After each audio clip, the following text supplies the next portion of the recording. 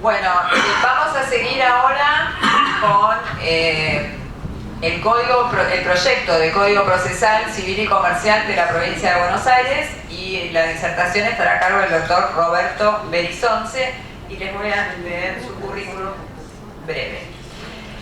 El doctor Roberto Berizonce, profesor emérito de la Universidad Nacional de La Plata, ex decano de la Facultad de Ciencias Jurídicas y Sociales de la Universidad Nacional de La Plata, director del Instituto de Derecho Procesal, presidente honorario de la Asociación Argentina de Derecho Procesal y del Instituto Iberoamericano de Derecho Procesal. Y hoy es nuestro disertante. Bueno, buenas tardes para todos, es una alegría estar acá compartiendo con todos los amigos de Roland este momento tan especial y un reconocimiento tan justo. Todo lo que han dicho de vos, Roland, hasta este momento lo compartimos todos. Yo no lo voy a repetir, pero sabes que lo sentimos así. Creo que vale la pena recordar también, porque es un momento importante, que exactamente en octubre de 1970 comenzamos una gran amistad, y fue en este colegio de abogados.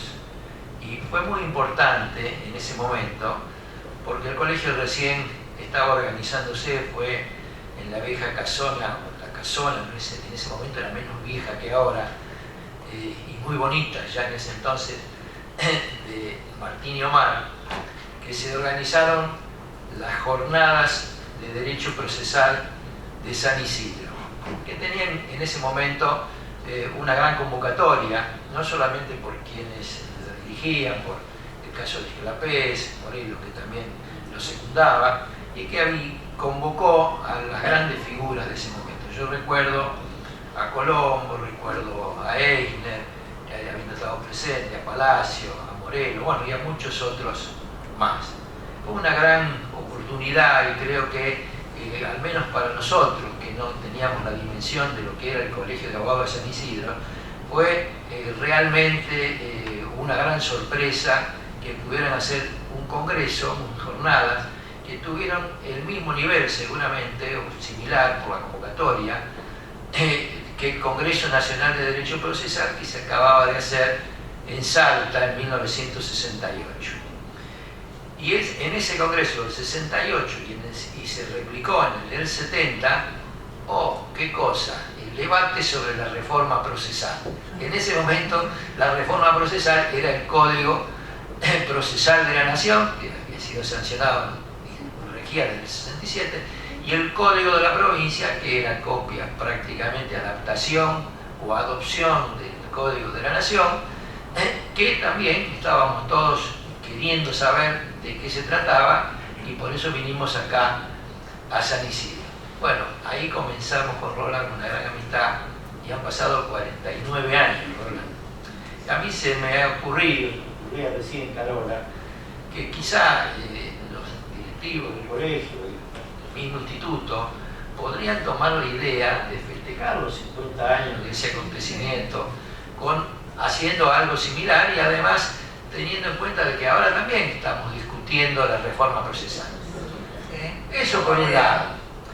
Bueno, y los 49 años, Roland, que tenemos encima, más otros más probablemente de años. Vale también decir que Roland acompañaba a Esclapés, yo acompañaba a Morelos, éramos los que llevábamos los papeles, diríamos, y no éramos nosotros los organizadores, los grandes eran otros. Bueno, lo cierto es que el tiempo fue pasando, han pasado ahora 50 años, y ¿qué diríamos de la reforma procesal? Diríamos casi que estamos exactamente igual que en 1967 o 1968 o 1970 acá en San Isidro. Y yo me tomé el trabajo, porque lo tenía, Roland, yo te lo he dicho, tenía el programa de San Isidro en 1970, y los temas eran los poderes del juez, el artículo 34, el artículo 36, las sanciones por temeridad o malicia, y los jueces estaban muy preocupados por la pérdida automática de la competencia, y el tema de la lealtad y la probidad también estaba dando vuelta.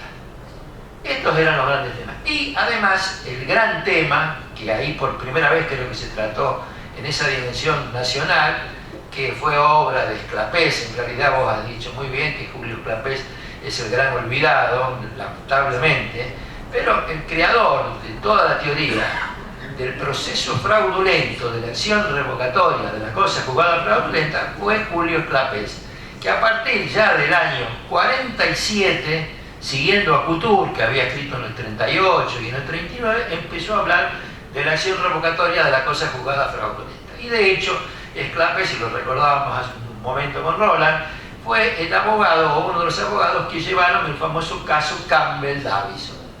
Así que acá está atado todo, y yo creo que, Carola, es una buena ocasión, quizá el año que viene, que nos podamos reunir acá, ya con otra dimensión probablemente, porque ya ahora se puede organizar una jornada con más perspectiva nacional, para seguir discutiendo estos temas.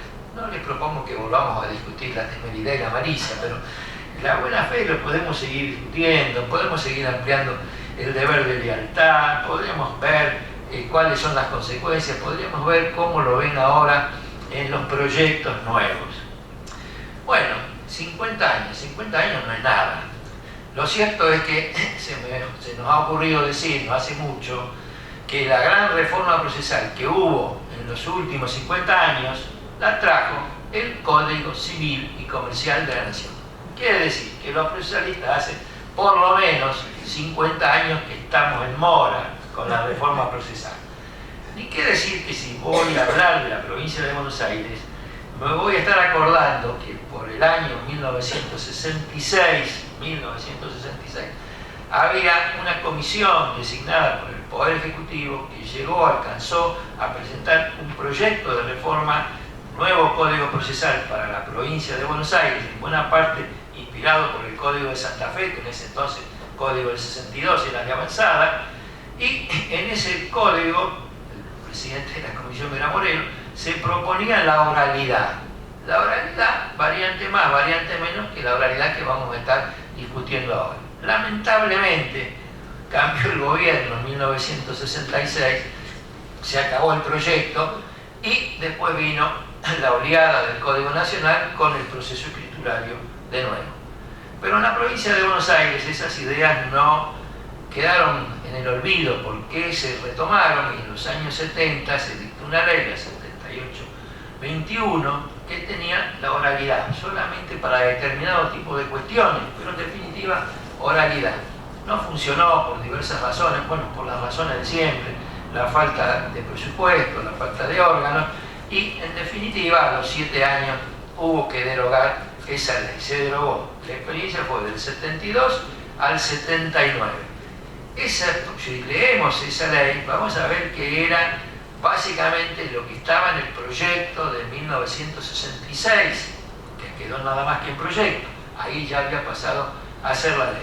Terminó esa experiencia, otra vez nos olvidamos de la oralidad, pero por suerte, con el correr de los años, en el 94 se pudo sancionar la ley de procesos de familia en la provincia de Buenos Aires, 1994-1995. Y, novedad, vamos a ver que prácticamente otra vez es prácticamente la redacción que estaba en el proyecto del 66, que a su vez venía de otro proyecto célebre en la provincia de Buenos Aires, que es el proyecto Lascano de 1935. Yo hoy invitaría a todos que leyeran estos nuevos proyectos y que se consiguieran el proyecto de Lascano, y van a ver cómo hay muchas cosas que están incluso prácticamente textuales. Ahora bien, ¿qué pasó en el medio? En el medio lo que ocurrió es que el proceso oral, claro, nosotros llevamos 50 años de atraso, estamos otra vez debatiendo como hace 50 años, pero en el mundo el proceso oral cambió.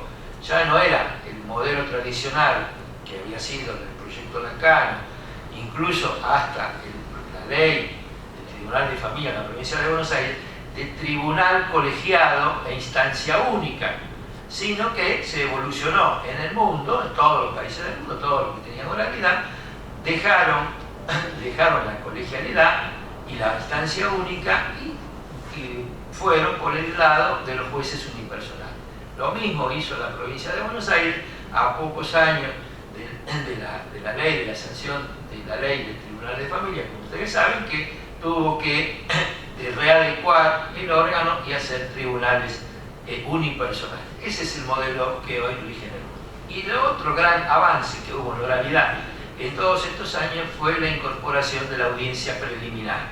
En el mundo, no aquí, comenzó probablemente en Alemania en 1977, con el famoso proyecto de Stuttgart. Pero creo que este modelo de Stuttgart me parece que es importante para nosotros porque ahora de alguna manera lo vamos a ver replicado en la metodología y en la estrategia, lo vamos a ver replicado en el proyecto de la provincia de Buenos Aires. ¿Por qué les digo esto? Porque ahora entro y empiezo a hablar del proyecto de la provincia de Buenos Aires. Llegamos a donde llegamos bajo esas condiciones, es decir, en la provincia de Buenos Aires, en mucho mejores condiciones que en la nación, que en la capital, en la ciudad de Buenos Aires, y que en el resto de la jurisdicción federal. Llegamos porque tenemos todos estos antecedentes. No es exacto que no tengamos antecedentes, que no tengamos ejercicio de oralidad. Ni qué decir en el fuero laboral, con sus blancos y sus negros, con sus críticas y con sus ventajas.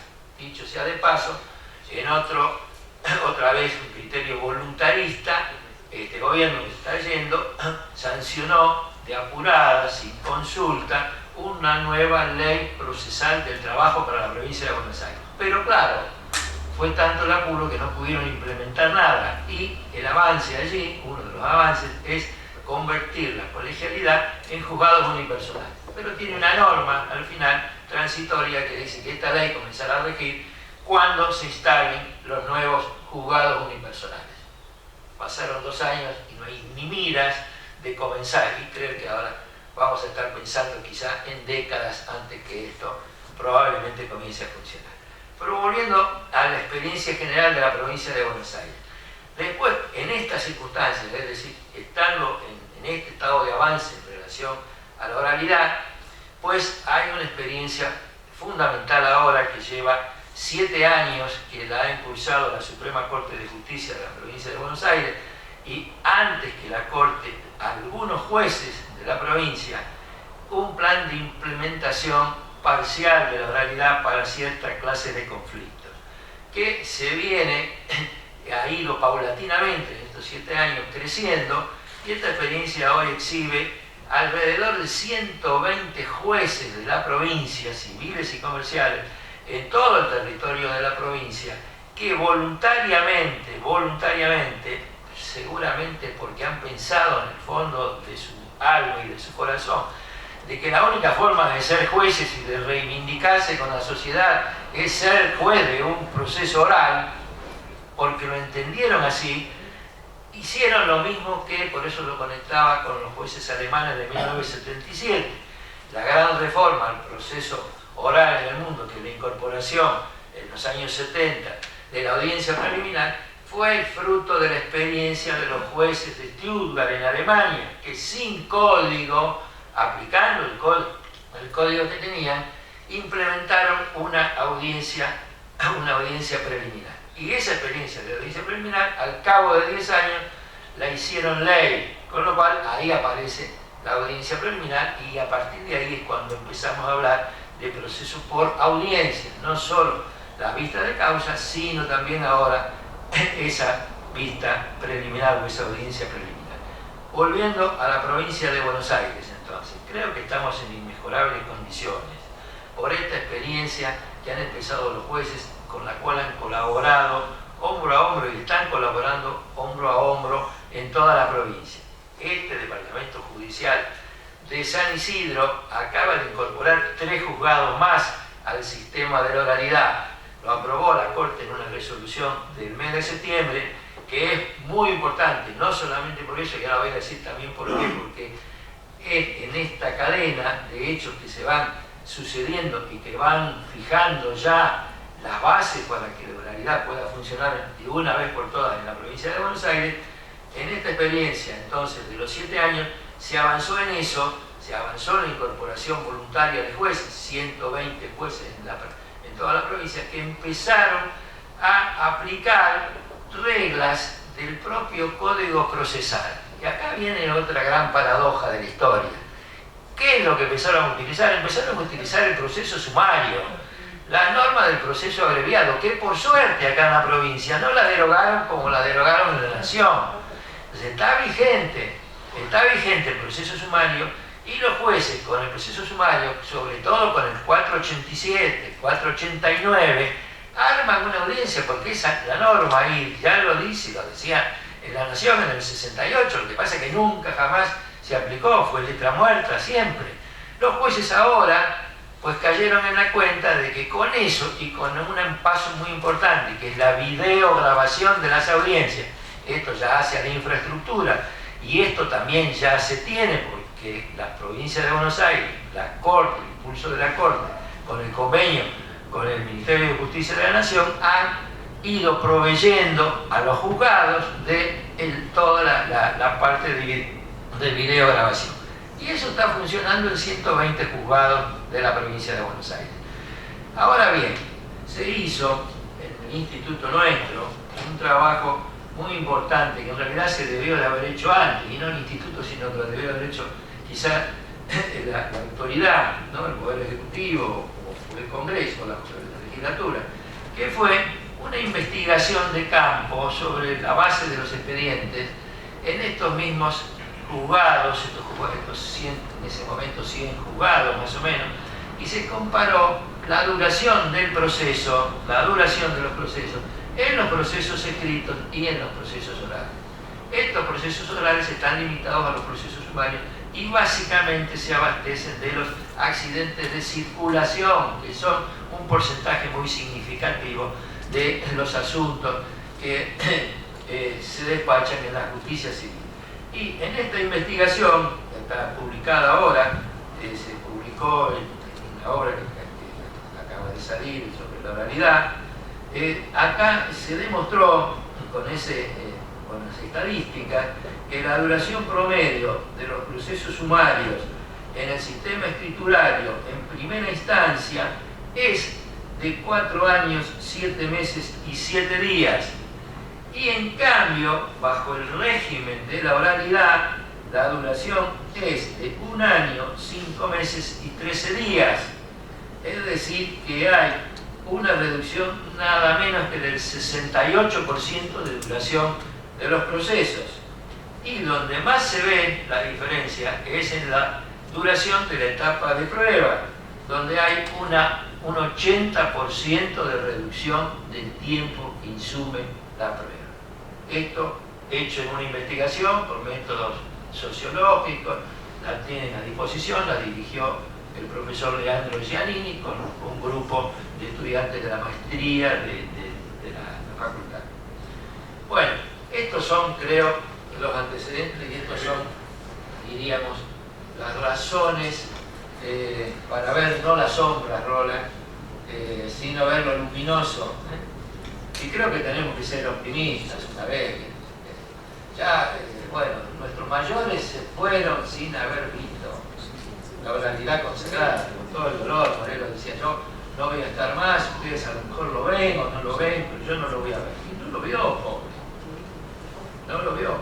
Y en definitiva, yo creo que es un momento clave para apoyar, impulsar, que tendrá todos los defectos que marcó Enrique. Desde luego que el proyecto de código de la provincia técnicamente tiene muchos defectos, mucho más de los que marcó Enrique, incluso defectos de fondo. Pero creo que es un camino que está abierto. Y no ha habido grandes transformaciones en la historia del proceso, diríamos, casi universal, que no haya nacido desde abajo. El gran error es querer impulsar una reforma procesal desde arriba.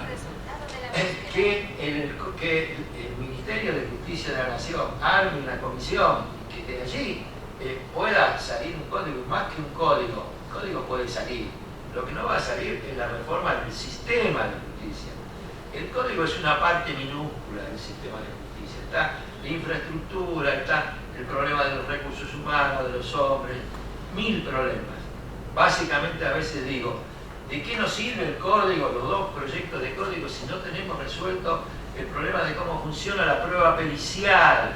Y sin prueba pericial, hoy por hoy, vamos al desastre. Y nadie se acuerda de qué tenemos que hacer con el sistema de peritos. Y de eso tenemos que hablar. Tenemos que hablar del órgano, tenemos que hablar de la gestión. Pero bueno, hay un paso más, que lo había olvidado, si lo dije parcialmente, que es esta resolución de la Corte de septiembre, que tiene un mes y medio.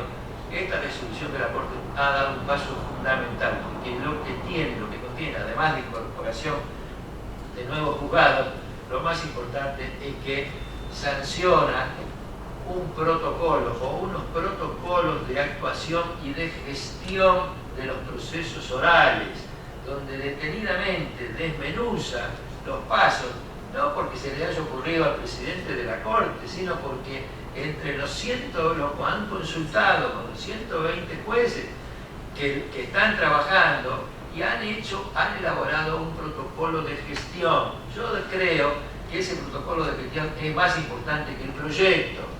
Y en ese sentido creo que hay un avance claro, un avance definido, una línea de política impulsada por la Suprema Corte que es la que tenemos que estar mirando. Diría también, no sé cómo voy con los minutos, diría también, ahora voy a los claroscuros, ¿no? Claro, de inmediato, cuando aparece el proyecto en la provincia, se gesta un gran movimiento de opinión desde el ámbito de los jueces, más que desde el ámbito de los abogados en la provincia de Buenos Aires, una especie de revolución, un tsunami entre los jueces, porque cuando leyeron el proyecto cayeron en la cuenta de que ese proyecto es irrealizable, porque los tiempos no dan, porque no tienen la infraestructura, porque los sueldos son escasos, etcétera, etcétera, etcétera, etcétera. Podemos verlo como cada uno quiera e interprete. Algunos dirán tienen razón, otros dirán, bueno, siempre fue así, siempre los jueces han estado un poco a la defensiva con las reformas. Ocurre que nosotros que somos los teóricos podemos avanzar en las ideas y seguimos y seguimos y seguimos, pero después cuando las quieren bajar a la realidad, los que tienen que poner el cuerpo son los jueces. Entonces uno le da la razón, hay que escucharlos. ¿Qué hizo la Corte de la provincia? La Corte de la provincia hizo 3 reuniones, porque no había forma de parar. Entonces, bueno, 3 reuniones en las que se explicó, se debatió, se discutió con los jueces y después ya ampliado la segunda y la tercera, en el ámbito universitario también, se discutió el proyecto. ¿Y qué es lo que básicamente se discutió? ¿Qué es lo que los jueces plantearon? Los jueces plantearon de que era un código imposible de llevar a la realidad porque superaba largamente las posibilidades.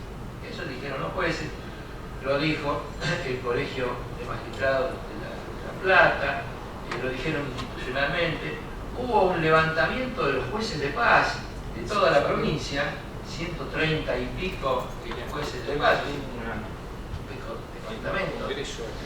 un levantamiento, porque claro, para la justicia de paz era imposible, el gran error de que el tema de la justicia de paz estuviera también inserto dentro del proyecto. Yo creo que debieron de haber separado todo lo que era de la competencia de la justicia de paz y hacer remozar la ley de justicia de paz, que hace agua por todos lados. Imagínense ustedes, los jueces de paz en este momento con la violencia familiar, tan desbordados, no les quedan tiempos para absolutamente nada más que, en definitiva, resolver lo que no está en sus atribuciones originarias de la ley orgánica. Entonces está todo desencajado con el tema de la competencia. Entonces hay que tener mucho cuidado.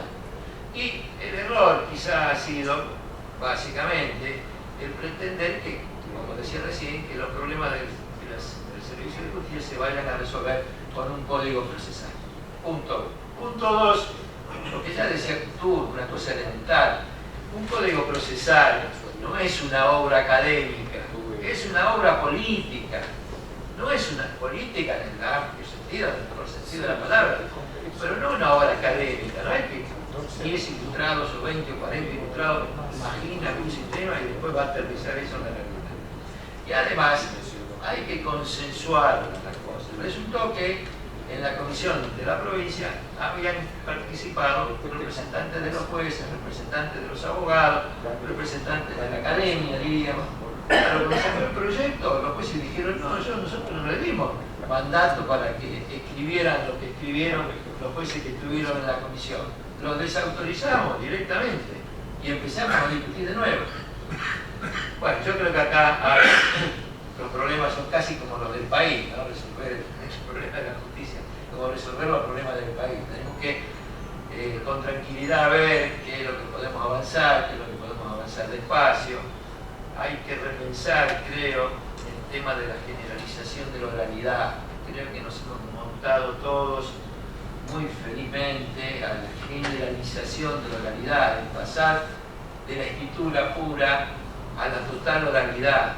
Quizá haya algún camino intermedio, habrá que quizá explorarlo.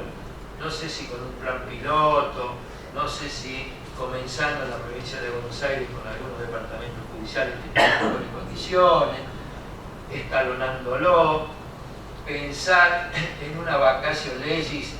Siempre me acuerdo del Código Civil de Suecia, 10 años de vacatio legis para que se pongan a estudiarlo todo. Acá hay que implementar, acá hay que hablar de años de vacatio legis para poder implementar. Hay que trabajar con la ley orgánica en paralelo, incluso diría, olvidémonos, ahora ya tenemos los modelos procesales, pongámonos a estudiar la ley orgánica, pongámonos a ver bien el presupuesto a 5 años vista, aunque esto parezca ilusorio, ver de qué manera vamos a poder seguir abasteciendo, porque ahora los jueces dicen sí, estamos cómodos porque podemos atender la causa, tenemos funcionando los sistemas de videograbación, la provincia ha hecho una inversión, la nación contribuyó en esa inversión, en paralelo ha habido, bien o mal, más o menos, capacitación de los jueces y capacitación, así en teoría, de los abogados, por lo menos los que están trabajando en esos tribunales ya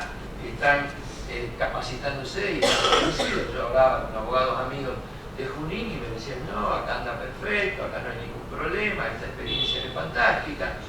No así, seguramente, en los departamentos judiciales, pero bueno, creo que hay un paso muy importante, que debemos de ser optimistas, y en cuanto a los códigos, yo diría, Enrique, que a veces se lo decimos a los autores, que a muchos no les gusta, porque muchos de los amigos nuestros, como ustedes saben, han estado en la Comisión Nacional y en la Comisión de la Provincia de Buenos Aires.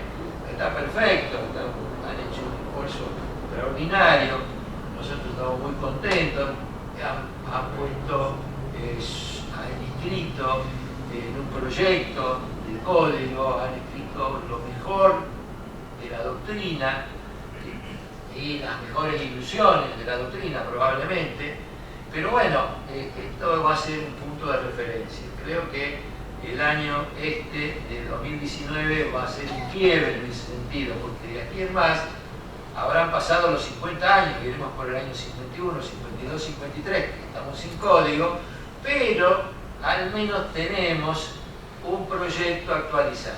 No estoy diciendo que no lo hubiera en algún momento, lo hubo. El de 1993, 1994, Moreno, Arasi, Einer, Camín, que fueron también, nos dieron la misma ilusión en 1993 y 1994. Estábamos con la misma ilusión. Si no, fíjense lo que habíamos escrito en ese entonces. Y en la provincia de Buenos Aires se replicó en 1998 y seguimos escribiendo a favor de esos proyectos, pero se quedaron en proyectos. Y el de la Nación, el de Moreno, fue triste, y con esto termino, para que quede para la reflexión y flotando, lo que es la historia del proceso en Argentina y lo que es la historia de las ilusiones reformistas que hace Roland más de 50 años que compartimos.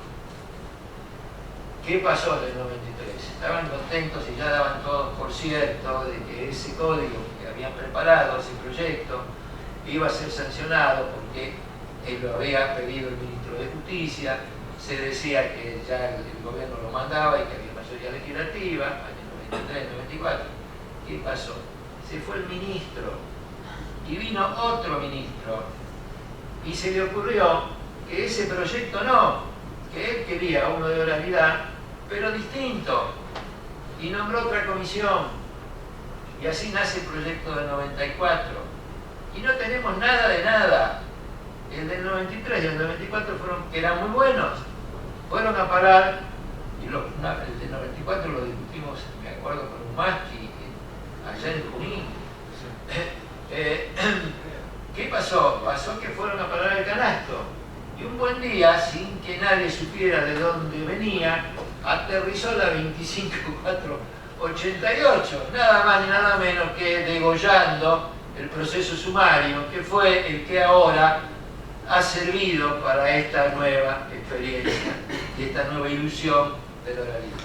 Bueno, yo los quiero dejar con esto, así nada más, para que lo reflexionen. Podríamos seguir hablando, pero creo que esto es bastante, y es también un homenaje más a Roland por estos 50 años de puja, de entusiasmo, de pasión, no solo por la oralidad, por el proceso, por la justicia y por brindarle a la sociedad algo mejor que lo que estamos debiendo desde hace mucho más de 50 años.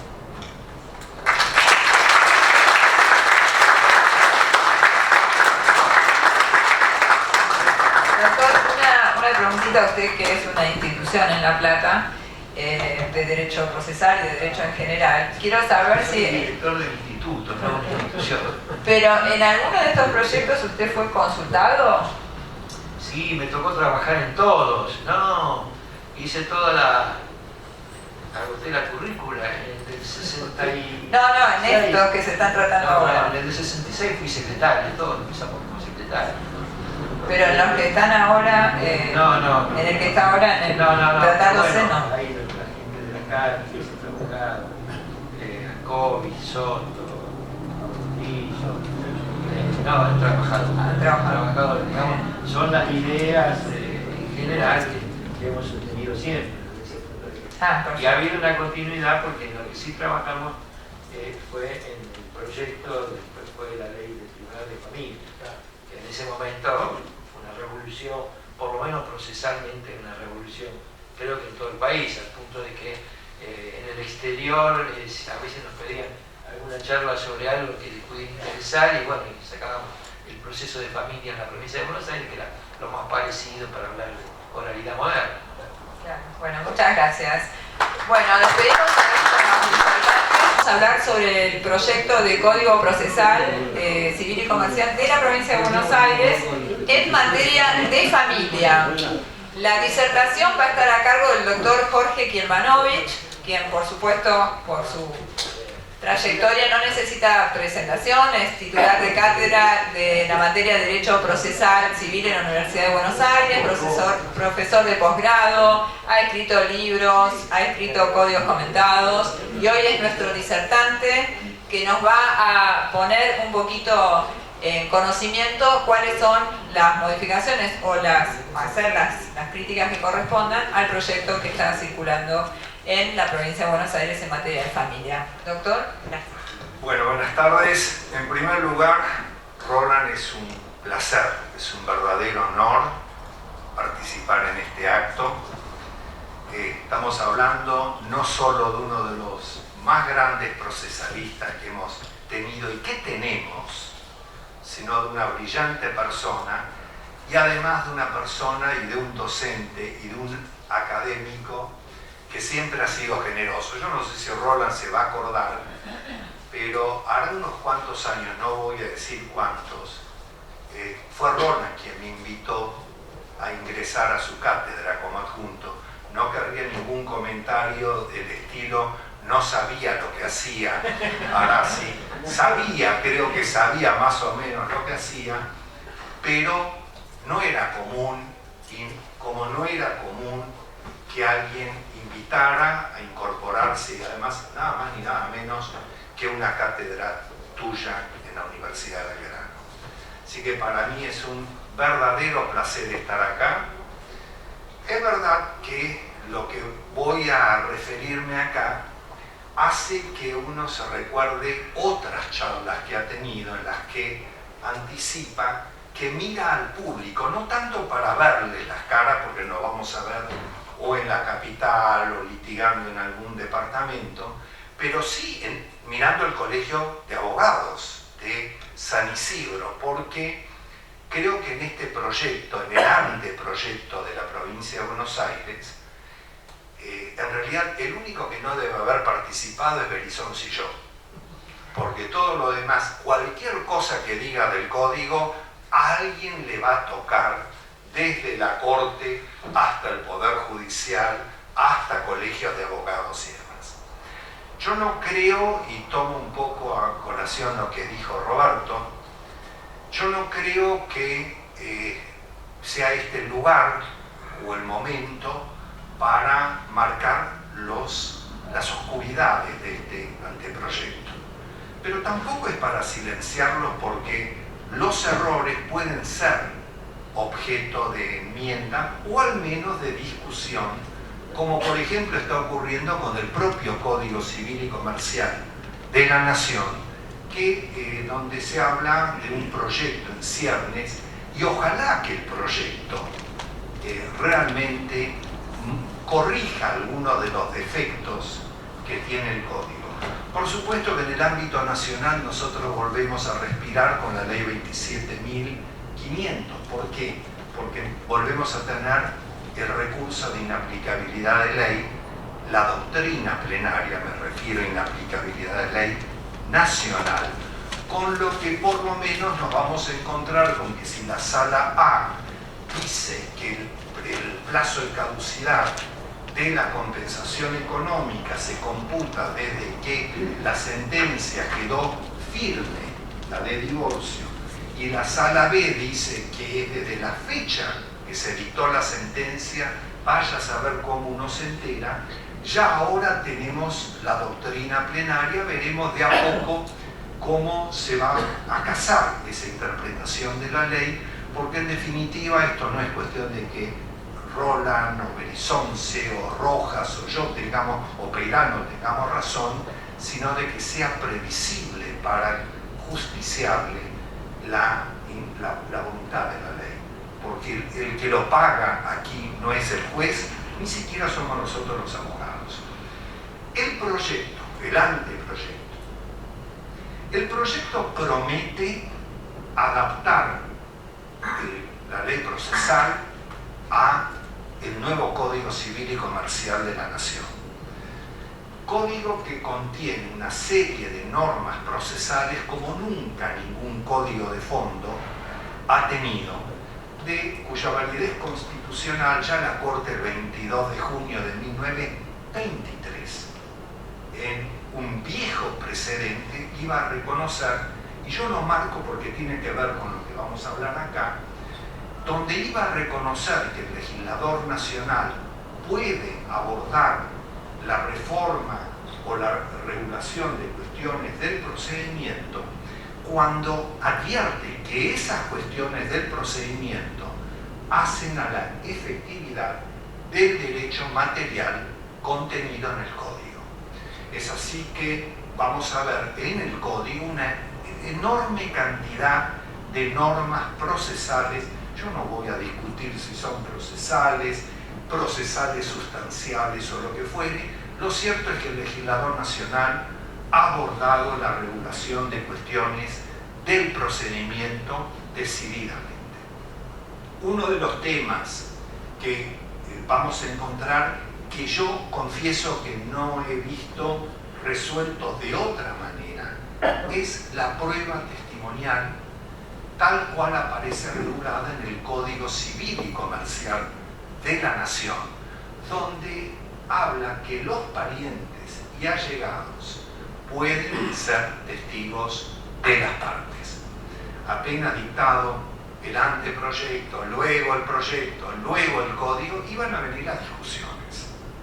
Si se entiende que la cuestión procesal hace la efectividad del derecho, si el legislador nacional hubiera creído que hacía la efectividad del derecho que todos los parientes pudieran ser testigos, no se requería grandes mentes para haber agregado a la palabra los parientes y los allegados, todos los parientes y los allegados.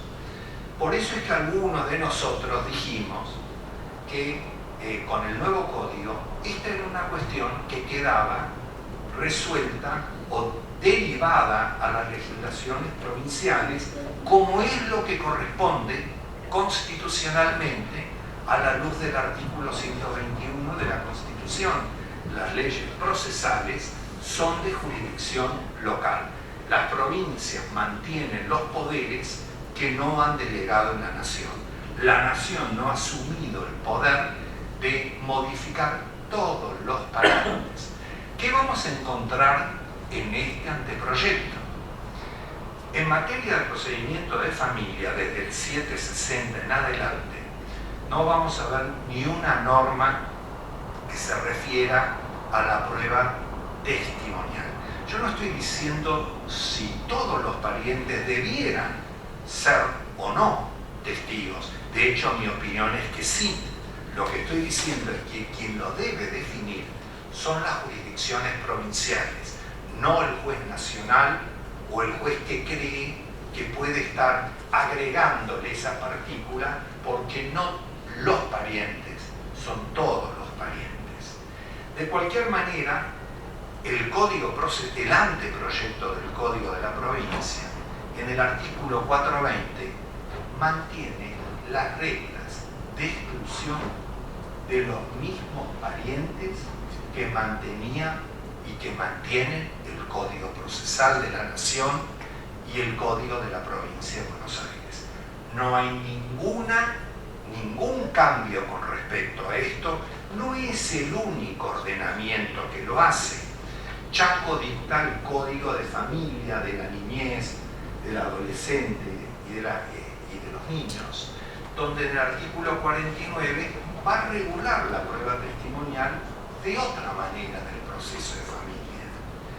¿Por qué? Porque es de jurisdicción local.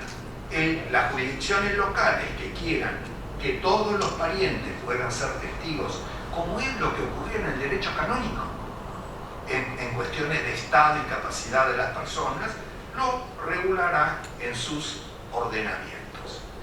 El anteproyecto, a su vez, voy a referirme a algunos cambios que además tienen que ver con toda una historia, ya la había anticipado Roberto acá, que es para nosotros el proceso por audiencia preliminar y por vista de causa.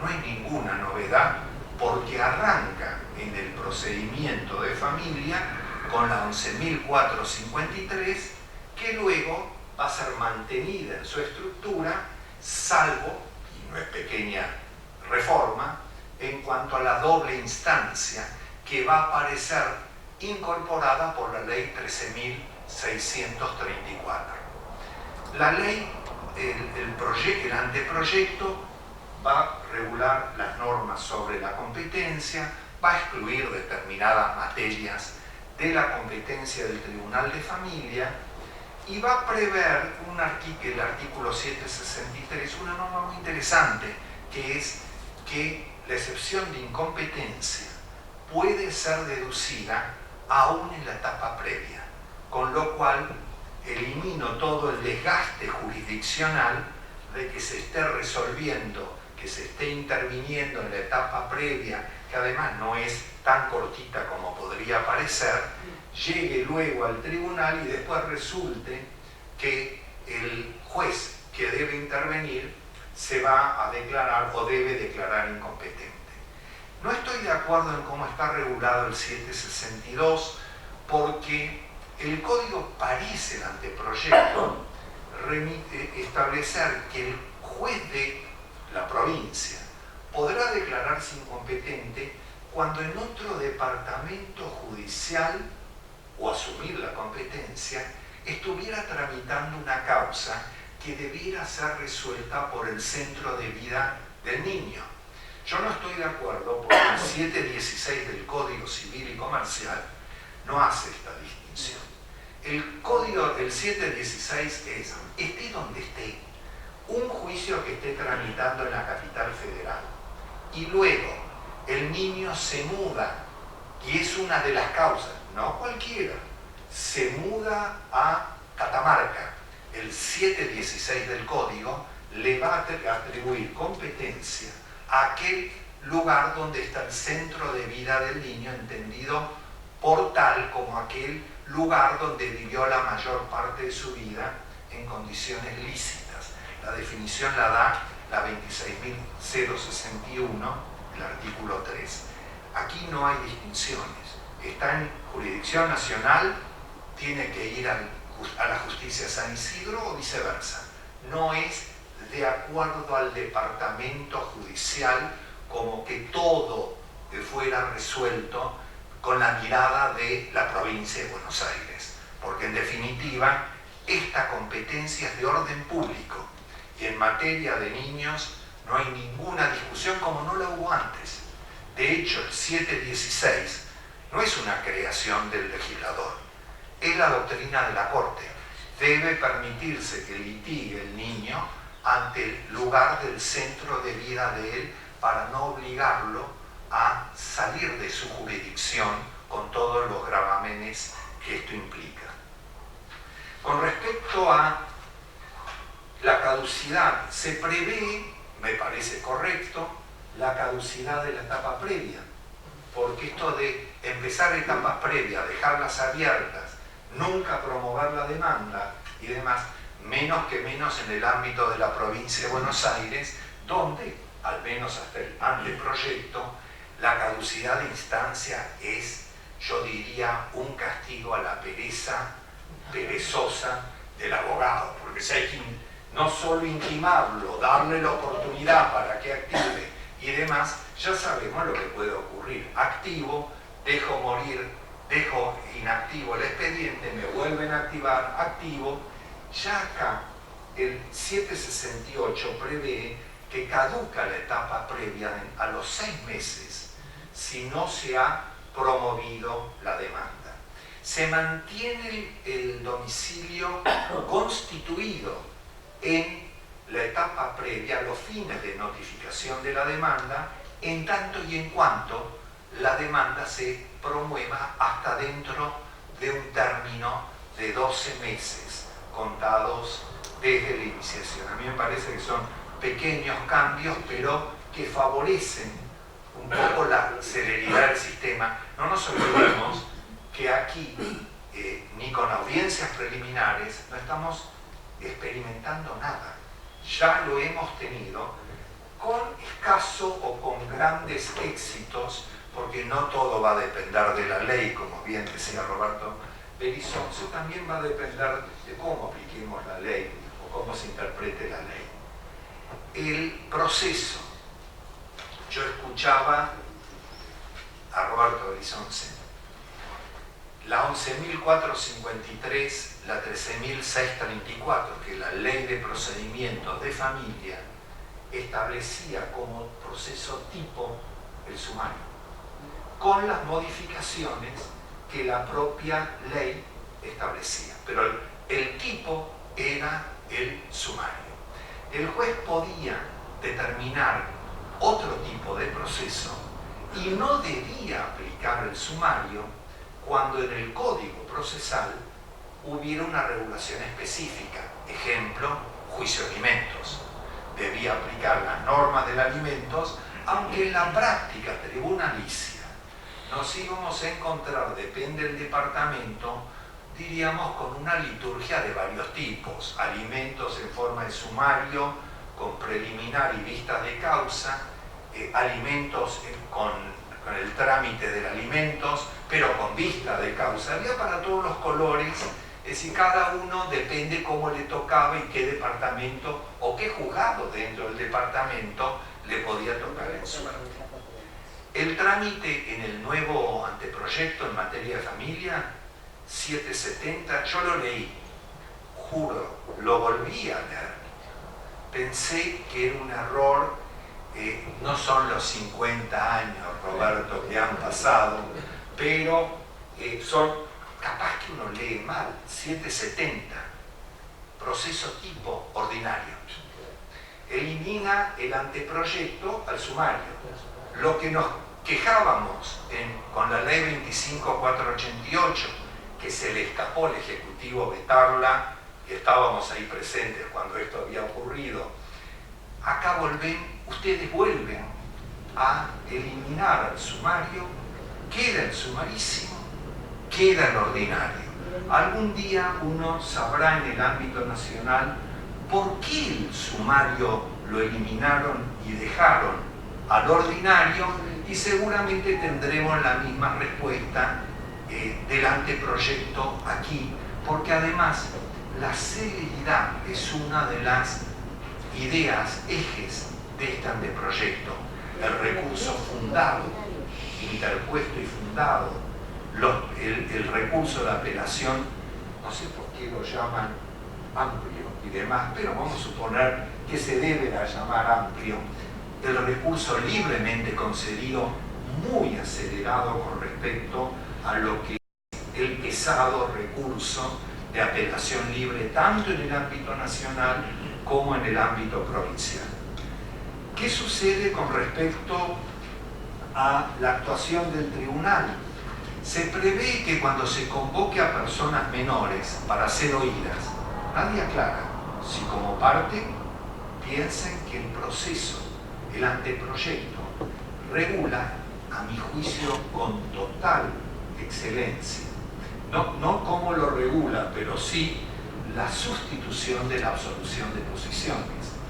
No hay más absolución de posiciones en el anteproyecto, como no la había en la 11.453 ni en la 13.634, aunque en la práctica hay de todos los colores.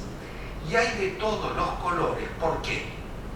Porque los tribunales comenzaban a advertir que no había consecuencias frente a la hipótesis de que, convocadas las partes a la vista de causa, ambas partes no contestaran una pregunta. En verdad, había consecuencias, y hay consecuencias. El problema es si uno, por cuestiones ideológicas, o quizás de esos criterios que a veces los abogados solemos ser jueces o no jueces, solemos ser reacios a el empleo, como decía Sentín Melendo, de la prueba crítica. Por supuesto que había consecuencias. Valorar la conducta de quien no contesta una pregunta o cree que se la ha olvidado o incurren en evasivas como prueba indiciaria en contra, lo dijese o no lo dijese la ley. No es necesario que una ley diga que es un indicio, es prueba crítica o lógica que va a depender del sentido común, de las máximas de la experiencia. Entonces, ¿qué nos vamos a encontrar? Y nos vamos a encontrar con que en el nuevo anteproyecto se sustituye la prueba confesional por absolución de posiciones, se la reemplaza, no es un descubrimiento nuestro, por la declaración de parte, y se prevé que la citación a declarar es bajo, avisar cuando falte, se prevé que la citación a declarar de la parte contraria, no de la propia parte, como en algunos tribunales hoy se permite que uno interrogue a su propia parte. La declaración prevé el código de la parte contraria, será bajo apercibimiento de valorarse su conducta como, y esto le va a encantar al doctor Peirano, porque realmente nos conocimos a partir de un artículo que él escribió y que yo escribí, la crítica de la conducta, porque el Código Nacional, el 163, la establecía y la establece como elemento corroborante de las pruebas, cuando en realidad la conducta procesal no es solo un elemento corroborante de las pruebas, puede ser prueba indiciaria ella misma, máxime para un anteproyecto donde habla del deber de solidaridad, de colaboración que deben tener las partes con el tribunal. ¿Cómo no someterse a una pericia genética no puede ser prueba de por sí de la filiación reclamada? Y aquí la remisión es al 154, inciso quinto del Código, elemento corroborante pasible de la misma crítica que se hizo en su momento, pero en el ámbito nacional era mejor algo que nada, de que la conducta sea un elemento corroborante de la prueba. ¿Y si no hay prueba? ¿Y si la única prueba que en el proceso se va a producir es la prueba de declaración de parte? Y si no se responden las preguntas, aclaro, preguntas, no hay ninguna duda que las partes son libremente interrogadas, dice el Código, en la vista de causa, libremente. Si no se contesta una pregunta y no hay otro elemento de prueba, ahí la sacó gratis. Ahí el silencio, la evasiva, el no me acuerdo, tal cual prevé el Código, no tendrían efecto porque no hay nada que corroborar. Este es un tema que yo creo que sería interesante que en algún momento se modifique. ¿Cuántos minutos tengo? Porque 5 minutos. De la misma manera que otro de los temas, si bien me parece excelente que los recursos sean interpuestos y fundados en el mismo acto por economía procesal y además para evitar la cultura de la apelación gratuita y demás, no coincido mucho con el recurso de apelación en forma amplia, 776, cuando se ataque una decisión sobre el mérito de lo planteado. Yo, la verdad, tengo alguna duda de lo que es el mérito, porque el mérito puede ser el mérito sustancial o el mérito procesal de lo resuelto, y esta es la apelación libre. Y además prevé, sea resuelta esa cuestión de mérito por vía de incidente o como cuestión principal, o sea, un recurso de apelación libremente concedido, llamémoslo amplio, en una cuestión resuelta en un tema incidental respecto de una cuestión de mérito que va a traer algún dolor de cabeza, porque la ley no debería ser equívoca. ¿Qué es cuestión de mérito? Mérito es cuando algo corresponde que sea resuelto en función de lo peticionado, que no es siempre desde el punto de vista, diríamos, de lo sustancial. Por último, antes que la doctora Capuano Tomei, a cuya simpatía no le va a impedir cortar el micrófono, alguna vez lo ha hecho, sí me parece interesante que se haya regulado el divorcio. 403 en adelante, porque en la República Argentina el divorcio ha ido, y me quedan 2 minutos, Carola, en la República Argentina el divorcio ha ido desde Mendoza con algún tribunal de familia que le dio, yo no voy a hacer mayores comentarios, el carácter de proceso contencioso al unilateral. ¿A quién demandaremos en un divorcio? Es una de las cuestiones probablemente más complejas. Yo no me la he podido contestar, aún poniéndome en el lugar de decir, bueno, me pagan honorarios por defender esta postura. ¿Cuál es el argumento? ¿A quién demando en un divorcio? Es dificilísimo de responder. Sí prevé que es un proceso extra contencioso, que me parece que es natural. Me empieza a preocupar con el traslado. Yo siempre dije que debían ser 5 días. En la capital federal los jueces de familia se reunieron. Un día me dice Sandibara, me dice, mira Jorge, vos proponés 5 días del traslado del divorcio. A nosotros nos parece muy poco. Le digo, ¿pero por qué les parece poco? Hay que salir a buscar un abogado, que el abogado escriba y demás. Le digo, perdóname, con ese criterio los sumarísimos y los incidentes habría que derogarlos, pero ahí hay contienda. El anteproyecto habla que se le corre traslado, escuchen bien, de la propuesta por 5 días. ¿Cómo? ¿Y del divorcio no? ¿Del pedido de divorcio no? Sin embargo, habla que se podrá sustanciar oposiciones. ¿Cuándo lo hace? Será dentro de los mismos 5 días donde lo engañamos para que conteste el traslado de la propuesta. ¿Y por qué no del divorcio, por ejemplo, para decir que ya está divorciado? O que quien pidió el divorcio lo hace con un poder general que no es válido para esto.